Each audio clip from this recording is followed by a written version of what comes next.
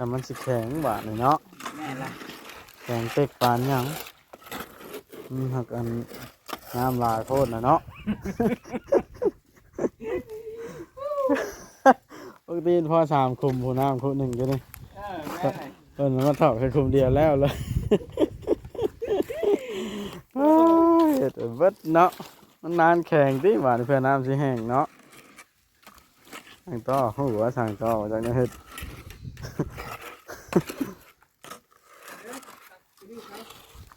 ฮะ พอแล้วได้อันนี้นะใส่หินเอาน้ำมาทางต่อมันสิบ่พอคุมอื่นนะ ใช่มือเลย ได้เบิดแล้วบ่คุมอื่นนะเอาดูซะ อ่ะลูกตามเม็ดเลยใช่คือตามเม็ดเลยผมละหน่อยก่อนบ่บ่ายเก็บผม น่ะให้คุมละหน่อยเอา นี่ละต่ำ ได้เรื่องก่อยกามันแข็งจังหน่อยนะอันนี้แหละช่ำมันนั้น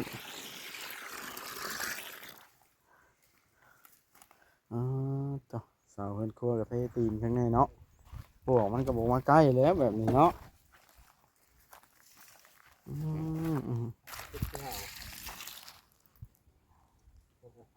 มันมีหูปวก66ก็ไป67 อย่าลืมกดติดตามเพื่อเป็นกำลังใจให้ผมด้วยนะครับทุกคนขอบคุณมากๆครับพี่น้องเปิดภาพขึ้นตอนเที่ยง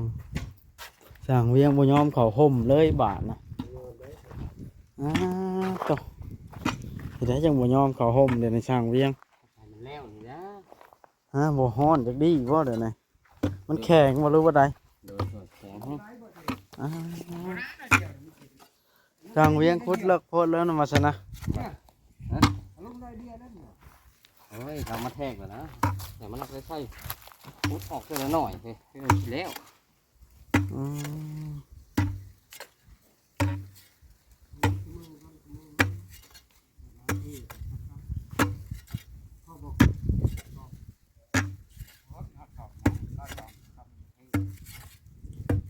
ตัวละคุกในไรนี่เนาะลายเอาเสาตั้งใจ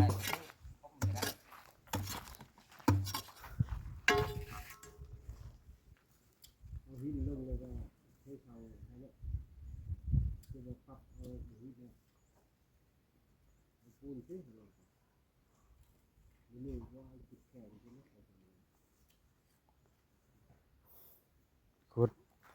ตัวนี้เลิกเติบแล้วเนาะยอปึ๊บขึ้นตั้งจุ้ยใส่เอาหินมาลงทึม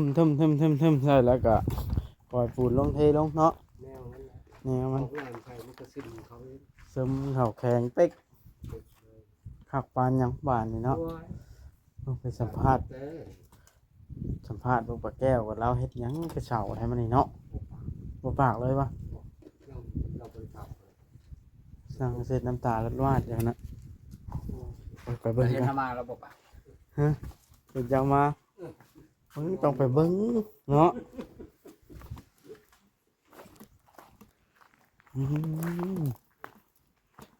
ต้องมาเบิ้งสบายดีเด้อปลาแก้วเด้อเป็นอะไรเดี๋ยวนี้เช้ายังเดี๋ยวนี้ ที่เช่าพี่ช้างมันฮ้อนเนาะ ฮ้อนวะ เอาล้างถ้วยล้างหม้อเขาไปแล้ว เป็นอะไรนมทิ้งไปทางไหนคือบ่เห็นสองมือแล้ว ไปเช่านี่เด้ นั่งก็ไปวะ เห็นห้อยเกิดเป็นนำค่อยเป็นนำบ่าวอันนั้นมาให้แล้วก็เอานำมาให้เห็นแต่ห้อยเกิดอยู่ในบ้านนี่บ่ได้ไป นำไผ นำบ่าวเก้า เอา เป็นแก่นางแก่นายมาเนาะ เลยก็เลาะหากูเฮือนนั่นแหละ อืม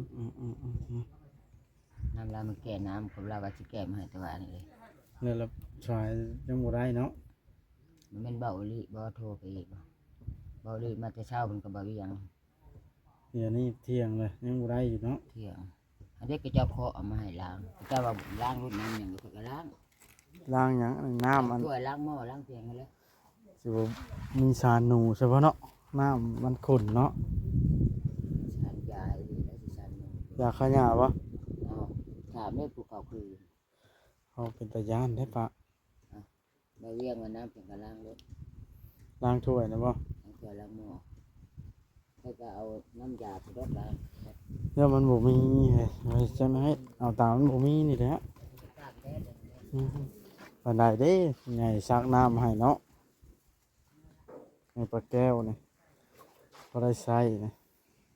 น้องเอ้ย เขาก็มาอาบ ขอเห็นเจ้านึงคักแห้งเจ้าซักน้ำออกลายขอเห็นนะอยู่บ้านนาซ้ายนี่เราเอิ้นใส่ไปมาแต่ละมื้อคนมีแล้วบอกเด้อลาวะ ขาดน้ำขาดไงนี่ก็เลยได้บุกเกี้ยงบุกพ่วง มุนมัด ก็ วะ ได้อาบเอา แม่น เสื้ แล้ อ ว ก็ไปตกได้ซักกันเราเนี่ย ตัวมันสำคัญคือน้ำนี่ละว่าฮ้อนแห้งสร้างเวียงกับมาห่มเลยไปเบิ่งกันมีอยู่บ่หลาย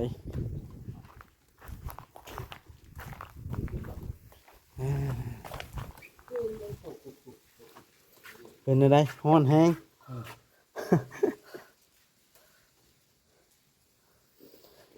ไปหาเซ็กเบิ้งช่างเตาะเป็นอะไรพอย่อขึ้นแล้ววะย่อขึ้นแล้วเอาไม้ตีจังหน่อยพักเที่ยงได้เนาะ น้ำให้ ฮ้อนไหม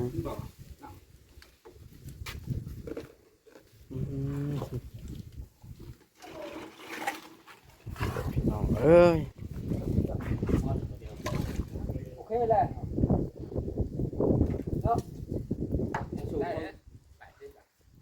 หมกบันไดดอกระดับนี่ชื่อนะพูนตัวหินผู้สำคัญ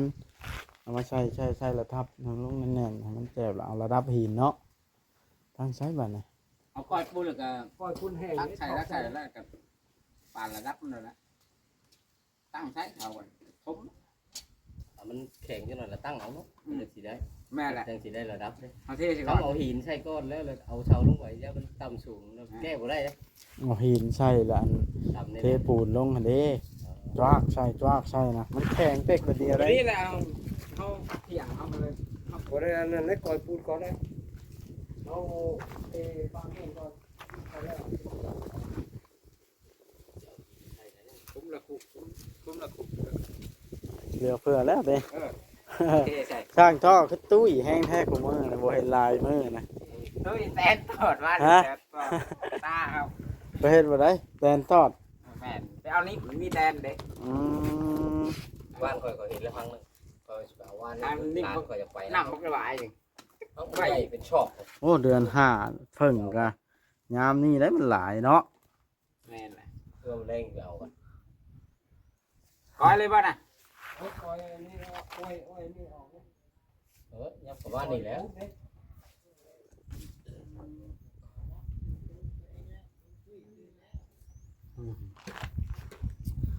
ฮ้อนแดดเนาะ แม่อ่อน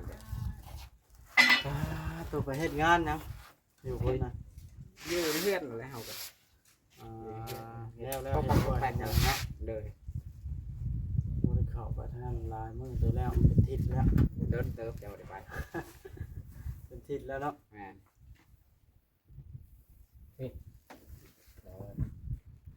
งานหินนี่เนาะว้าว เอาปูนก่อน จัดการปล่อยไป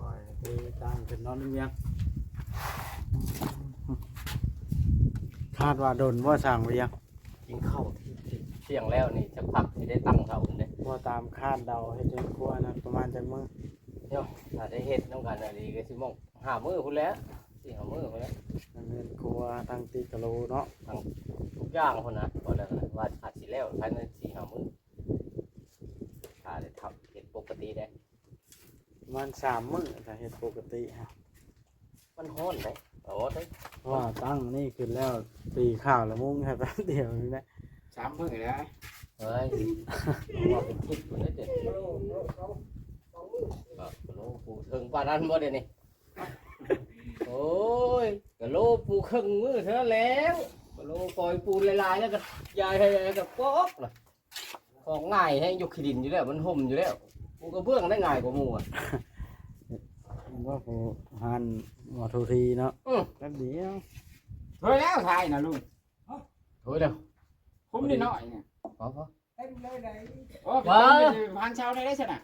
เอาเสาขึ้นใส่ เท่นะมันก่อนได้ มัน มันบ่ได้ที่มันบ่ได้เตะตีนมันชื่อได้เดี๋ยวนี้นะแต่ก่อนน่ะน้องว่า แม่น ไปเฮ็ด พอได้พักเที่ยงกินข้าวมันก็แข็งแล้วเนาะ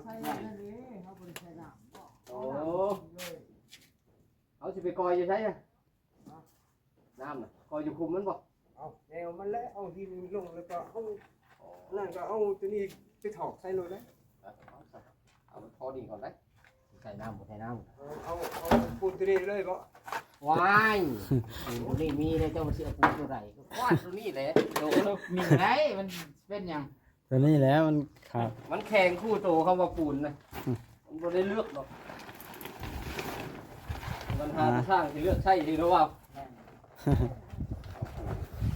มันบ่ได้น้อยมันบ่ได้หลายเขาก็บ่แม่นว่าสิเลือก เพิ่นฮ้อนแฮงเพิ่นกินมะม่วงเจ็บท้องว่าสร้างนิดนะ เครื่องในมันบ่ค่อยดีแล้ว เลยแอวลูกชายซะ ไอ้เข็มซ้อนเขายังอันนึงบ่อยู่ไหน เพิ่นแอวลูกชายเนาะ เพิ่นอยากให้ลูกชายมาเฮ็ดเวียกอยู่นี่เราเบิ่งเพิ่นว่าเพิ่นมีเพิ่นให้หรือมั้ย น่าสิให้เรื่องหลาย ให้มานี่แบบเมื่อค่ำแน่แล้ว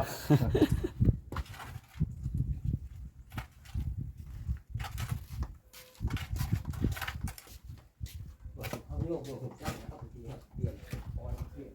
วาว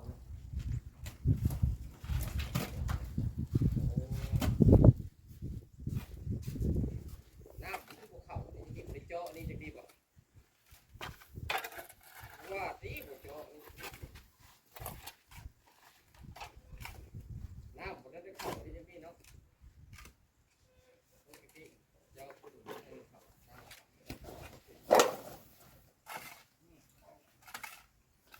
มัน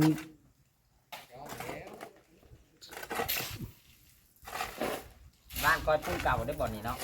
อ่า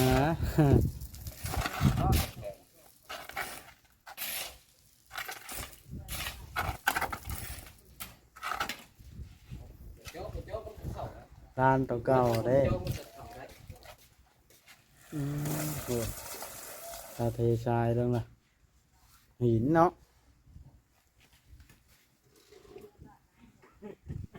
เรียกสิว่าใส่กล้องบ่เรียกถอมคุ้มได้หินโอ้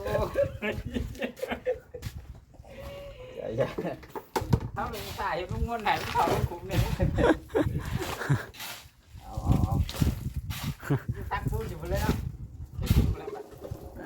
ตักปูนไม่ใช่คุ้มอ่ะนะแล้วแต่กอยจะคุ้ม ก่อนจะไปเยี่ยมน้ น้ำไปเอาในถังนะสั่งไว้ยังถังมันได้ล้างถ้วยปลาแก้วนะน้ำยาคาหญ้าอยู่แล้ว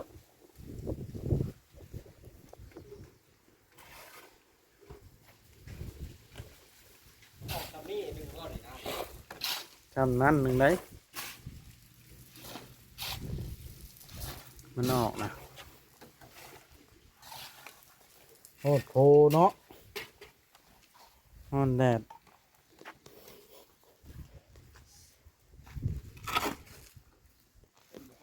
โอ้พี่น้องไอ้บ่าวแอนก็บ่าวโอริเป็นพักผ่อนเป็นฮ้อนคนวะเดินอ่านจากหนอยเป็นเสียงมาปล่อยไปล้างเห็นสาวเทือง แต่ล้นเด้อใช้เกียงนะ ไปเอาน้ำอยู่หันแล้วก็บัดว่าก้าวแก้มาอย่างนี้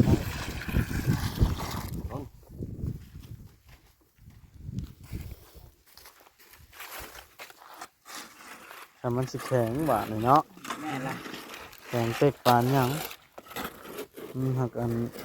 น้ำลายโพดนะเนาะ ปกติพ่อสามคุมผู้น้ำคุมหนึ่งก็ได้ แม่ไหน เพิ่นมาถอกแค่คุมเดียวแล้วเลยเฮ็ดเบิดเนาะมันนานแข็งติหวานเพื่อน้ำสิแห้งเนาะสั่งต่อหัวสั่งต่อจากนั้นเฮ็ด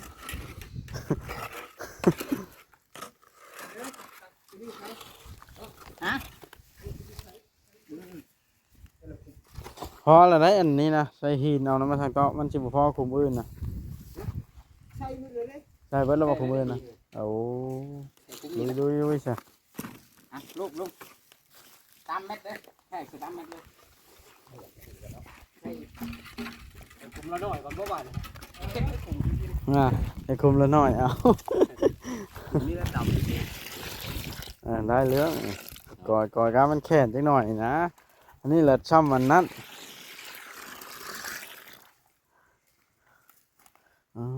ต่อเสาเพิ่นครัวกับเพตีนข้างในเนาะพวกมันก็บอกมาใกล้แล้วแบบนี้เนาะอืม มันมีหูปวกหมด 66 66ก็เอาไป 67 เอามาทางนี้7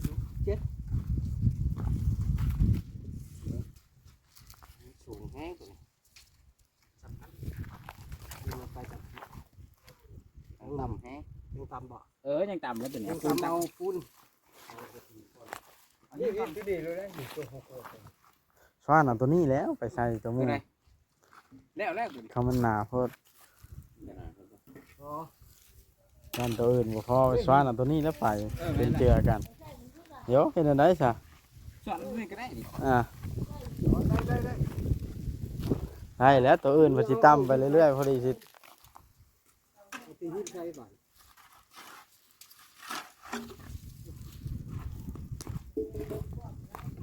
น้ำลึกไหล แล้ว เนาะเอี่ยว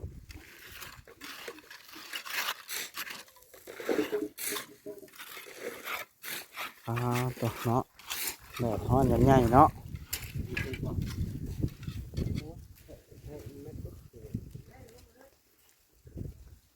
เครื่องนึงมาได้แล้ว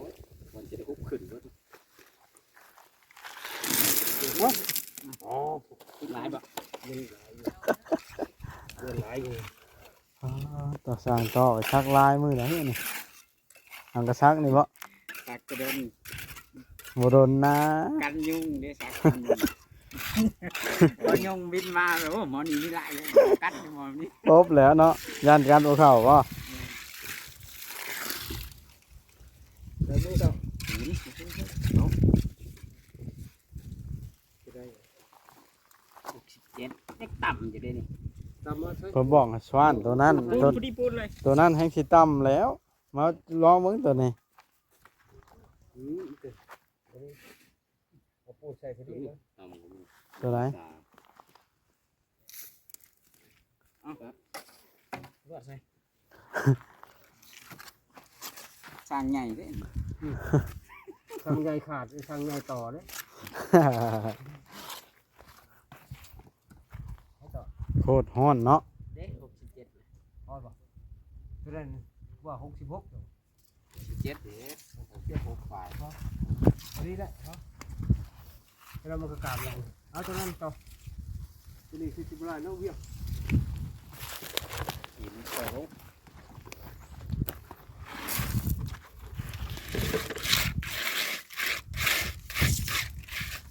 เอาที่ช้างหมดเลย 70ตัวนั้น 67ตักปูนเนี่ยมาใส่ ปูนแล้วเนาะเอาปูนตัวนั้นเลยใส่คู่เฮานี่ดิ เอาทีนี้บ่ก่อน เอาป่ะเอาปูนเลย กันปูนยังเอาปูนเลย ตัวนี้มันก็ซ้ำบ่ได้พังเลยเนาะแม่นบ่ อ้าวก็แบบนี้แหละคุมตัวนี้ฮะยังสิเทพื้นสิคอยเฮ็ดได้ยัง นี่ได้ตักกัน มื มา อ ใส่ เลยใส่โน่ใส่โน่มันเจ้าข้างเจ้าจะลงไปอยู่ไม่เป็น กล้วยตัวนี้นี่โบ่มได้เลยซ้ำนี่เนาะ ได้แล้วนี่ สุกแล้วเนาะ ได้แล้วได้แล้ว ตัดไปไงกุ้มว่าน้ำเบิดแล้วนะครูนะหรือบัวไส้ก็อยากให้มันชุ่มมันบัวไส้เลยเดี๋ยวมันชุ่มอยู่ตรงเวียง ทุ่งเลยหนึ่งบ่ เดี๋ยวมันชุ่มอยู่ตรง บ่ตามมาได้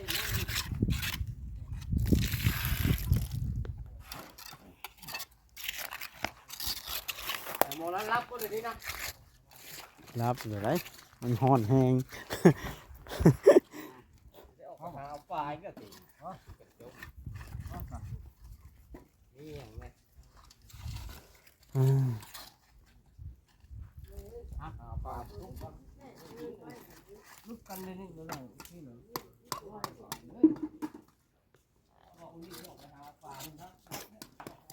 ก็คืออันนั้นบาทนี่เนาะ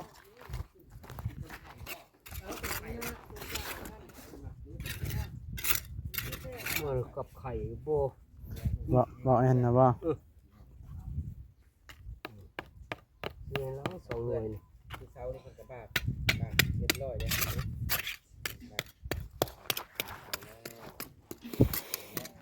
อืม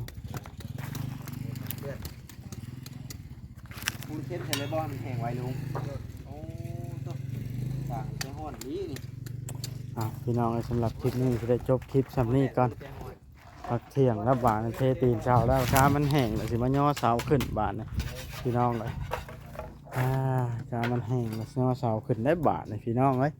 เฮือนกาเสียเฮือนครัวต่อออกมานี้นี่กันแล้วตัวนั้นเดี๋ยวพี่น้องเลยโอ้แดดหลายโอเคพี่น้องเลย